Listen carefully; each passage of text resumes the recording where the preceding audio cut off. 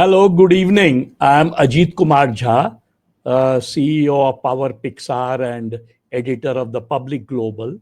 And today we are going to focus again once more on this new politics that has emerged from Chennai, from Tamil Nadu.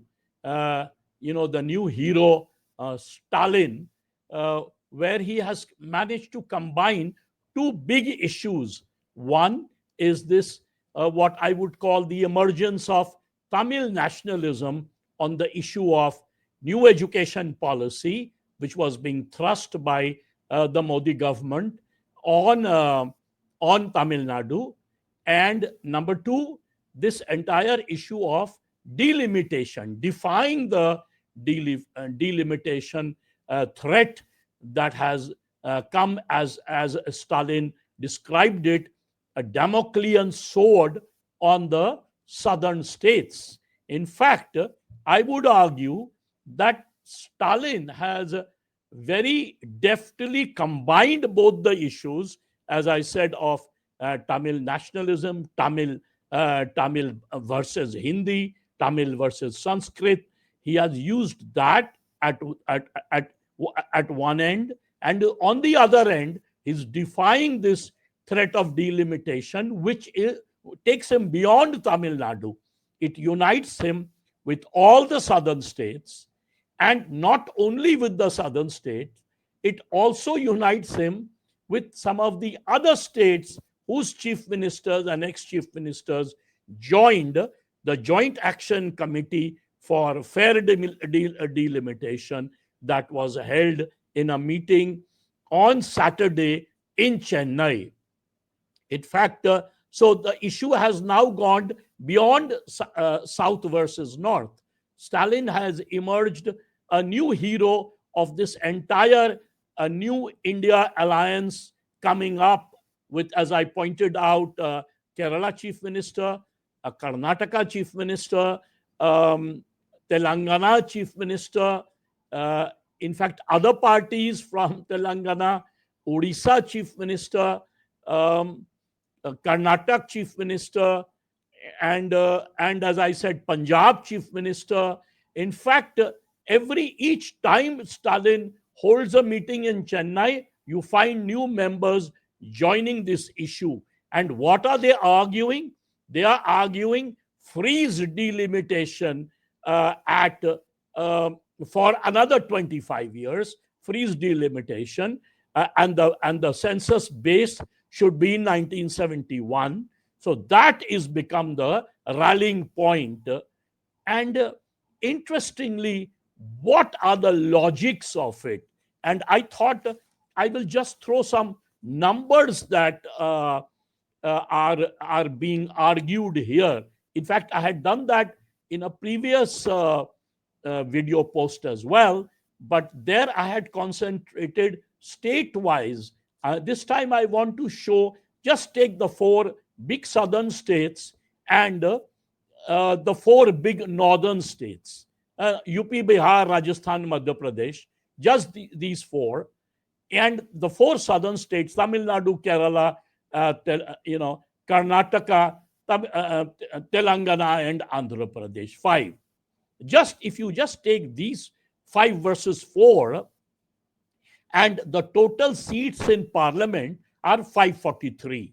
So, given the present situation, the North, and I'm talking about these four states, by the way, again, let me repeat, Bihar, UP, Madhya Pradesh, Rajasthan, they constitute 32% of parliament right now, which means basically their total seats are 174 out of 543, 32% of parliament. And the southern states, as I specified again once more, Kerala, Tamil Nadu, Karnataka, Andhra, and Telangana. Remember, Andhra and Telangana were the same until recently when they split. The four southern states constitutes 24% of parliament, which is basically 129 seats out of 543. In fact, what is interesting that In 1971, Tamil Nadu and Bihar had a similar population. And by the way, we are talking about Bihar, which was united along with Jharkhand, because remember, Jharkhand was only constituted in the year 2000. So Tamil Nadu and Bihar had a similar base in terms of population in 1971. And today, the situation is that Tamil Nadu's population has gone down because of excellent policies of family planning and high literacy, high development, whereas Bihar's number of seats, just Bihar minus Jharkhand itself, is 41 seat more than Tamil Nadu. If you add Jharkhand, it will be very much higher. So what has happened? Bihar's population, which was the same as Tamil Nadu in 1971, has come up quite drastic, moved up quite high. The total fertility ratio of Tamil Nadu is, I think, 1.6, 1.7. The total fertility ratio of Bihar, which is the highest in the country, is estimated to be between 2.8 and 3.0. That is based on the number of kids that a woman gives birth to in her sort of biological lifetime. So that is higher in the northern states. Now, suppose the delimitation is frozen at 543, the number of seats doesn't increase, then after delimitation, based on the new formula, what would happen? 543 is frozen. So the number of Lok Sabha seats is not increased, just the delimitation is held. What would happen? The northern states, which, as I pointed out earlier, had 174 seats of 543. And remember, I'm talking about the 4 states, again, Bihar, UP, Madhya Pradesh, Rajasthan. Their numbers would shoot up after delimitation to 205 out of 543. So from 174 out of 543, post delimitation, the numbers will go up to 205 out of 543. Whereas in the case of the southern states, as I pointed out, the 5 southern states, their numbers will come down from 129 out of 543 to 103 out of 543. And this is if the number of seats are frozen, number of seats overall in parliament, Lok Sabha, is frozen at 543. But suppose by the new formula, the overall seats are increased from 543 to, let's say, 888, because delimitation also means redistricting and, some people will say politically gerrymandering, but let's for a moment remove gerrymandering away. Let's just talk about delimitation in terms of redistricting, and therefore the number of districts increase, the number of Lok Sabha constituencies increase, because the idea is per MP, how many people? Right now, the situation is that in these northern states, one MP represents almost about 30 lakh, 35 lakh people, whereas in the southern states, per MP, they represent around, let's say, approximately, I'm using approximately figures because the kind of varies between Lok Sabha constituency. The southern states is almost half, around 15 to, let's say, 16, 17 lakhs, whereas in the north it's 30 plus. So right now, already in the northern states, one MP is actually in charge of double the population that of the southern states. Now, suppose the number of seats are increased to take care of this, as I pointed out, higher population, then according to me, what would happen? In the north, what I pointed out, 174 out of 543, which after delimitation, if 543 were held frozen, would increase to 205. If the number of seats are increased to 888, the North would end up with 324 out of 888. The South, their representation would be 164 out of 888. So what would happen in terms of percentage in the northern states, the four northern states that I talked about, has 32% of the entire Lok Sabha. That would jump to 39%, an increase of 7% to these four northern states, which are the most populous states, let's say. Whereas in the case of South, their numbers, which is 24% out of the entire Lok Sabha right now, less than a quarter, will further come down to 19% of the new Lok Sabha of 888. So if there is a sharp reduction for the southern states by any formula, whether you increase the number of seats from 543 to 888, or you keep 543 frozen in terms of number of seats, but post delimitation. So either way, the southern states would lose if a delimitation exercise is held. And that's why Stalin, who is obviously one of the most sort of what I would call intelligent, sharp, in fact, he's displaying sort of almost a great vision where he's talking about Indian federalism will begin cracking, and the big divide will begin between the North versus South. In this case, as I said, not only North versus South, but beyond North versus South, because other states, in fact, Punjab, Odisha, even West Bengal would suffer. Their numbers would come down in terms of Lok Sabha.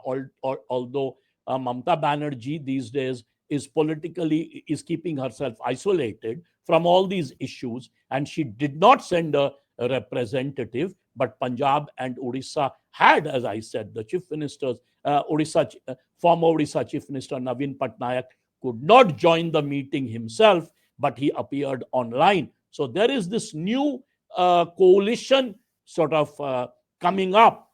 DMK, all the parties of Tamil Nadu, minus the BJP, all the parties of the southern states, except Chandrababu Naidu of Andhra Pradesh. Chandrababu Naidu, the chief minister of Andhra Pradesh, because he's an ally of the BJP, so therefore he is opposed to this new language formula. He keeps his mouth shut even over delimitation, although it will affect Andhra Pradesh. And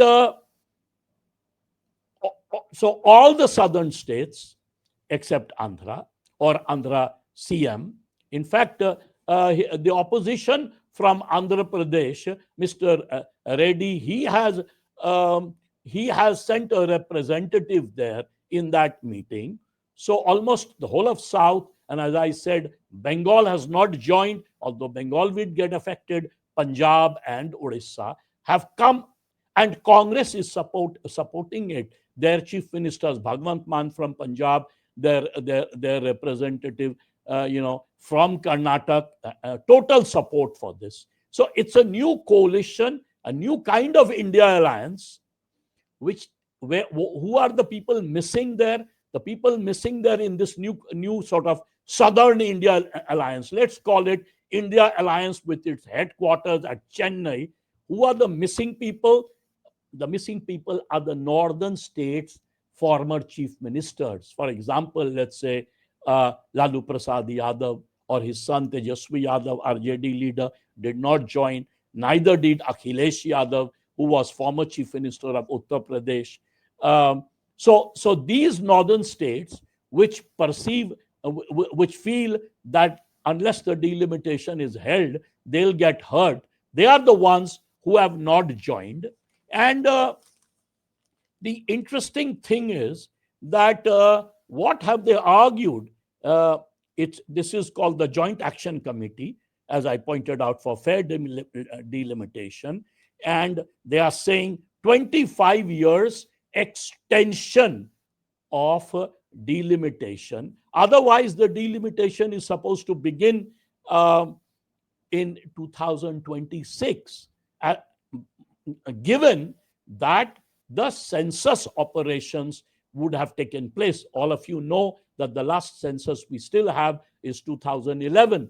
The 2021 census could not take place. The BJP government gives the excuse that that was the time when India had, the COVID pandemic, and as a result, till today we haven't had any census figures. But the design was pretty clear. The design was, once the census is held, the delimitation exercise will take place, and there was hint of number of seats increasing. Where is the hint?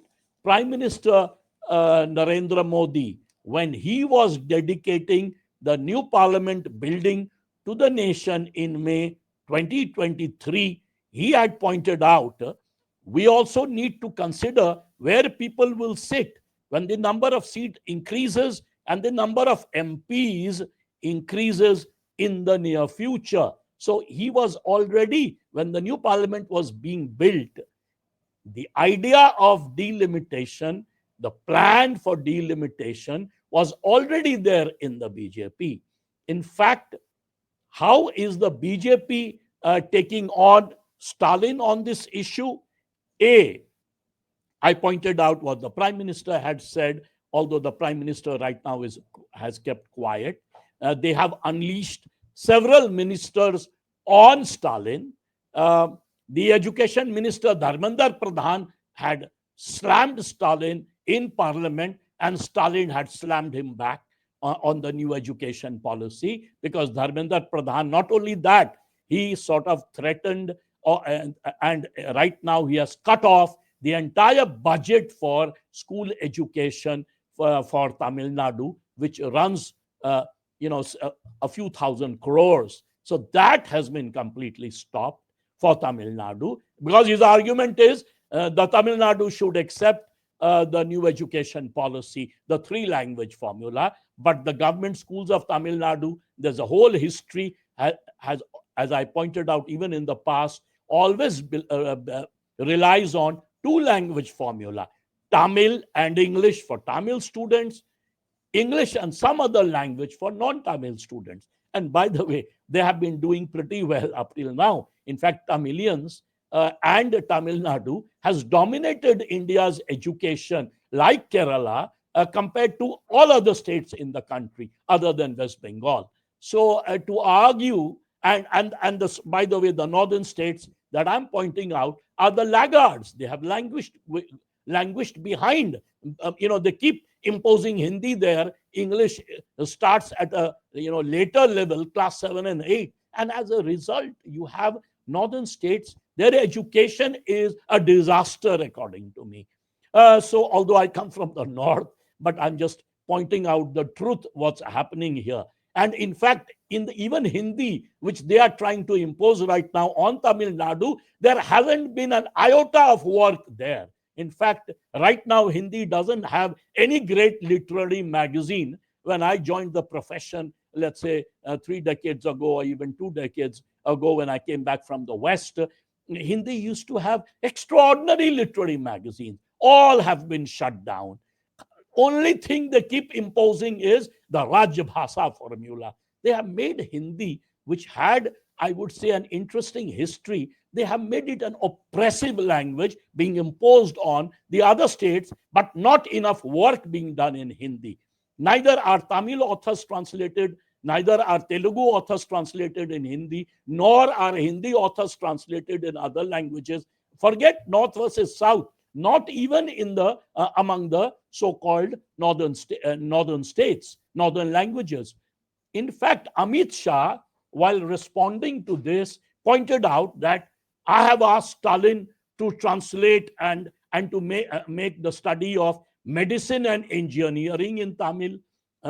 because I have been giving central grants, but Tamil Nadu is not doing. Then he points out, from now on, I will write letters to all the state governments in the local language, like Tamil.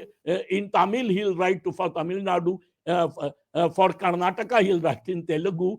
For Kerala, he'll write in Malayalam. The big question for Home Minister Amit Shah is, he has been the Home Minister for the last 11 years. Who prevented him from doing it in the past? Why didn't the NDA government, when it came, they claimed their party with a difference? Why didn't he start sending those languages? Why didn't he focus on other languages other than Hindi?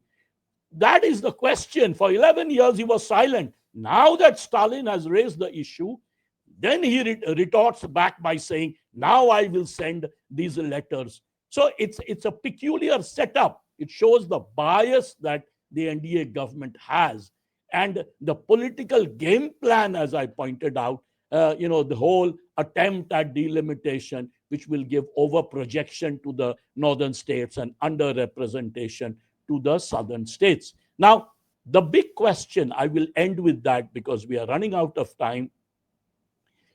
Will freezing of delimitation for the next 25 years, is that a solution? Will all the states agree on that? Remember, there has been two freeze in the past. Indira Gandhi in 1976, during the emergency, in order to ensure that family planning is a success, she, for the first time, froze it for 25 years. And then Prime Minister Atal Bihari Vajpayee of the BJP, when he came to power, he again froze it for the next 25 years, because delimitation has been a bone of contention. So now the proportions have become worse. In fact, if someone were to argue that if these freezes had not taken place, if before the emergency, every census delimitation exercise would automatically increase the number of seats wherever population increase had taken place, then maybe this glaring gap between North versus South would have not appeared today. Now, the question is, should we freeze it for the next 25 years? Is that fair? And my answer is, first of all, let's have a census, number one. Number two, once the census is done, let all the states of India, 30 states, sit and deliberate. Let's have a consensus approach. Let not end up sort of hitting at any state, whether it's North versus South. And let's come up with a formula which will ensure, if you want to carry on a delimitation, let's ensure that the southern states are not hurt. Now, Amit Shah had said, I'll freeze the existing number of seats for the southern states. But is that going to help the southern states? Because you might freeze that, but the northern states' numbers might still jump up. So how will you work that out? Let's have a consensus of all the states. Let all the chief ministers talk. Let politics be out of it. And let's think of building sound federal principles in India, where when you make policies of delimitation, no state should be hurt. All the states should be at a politically equal level.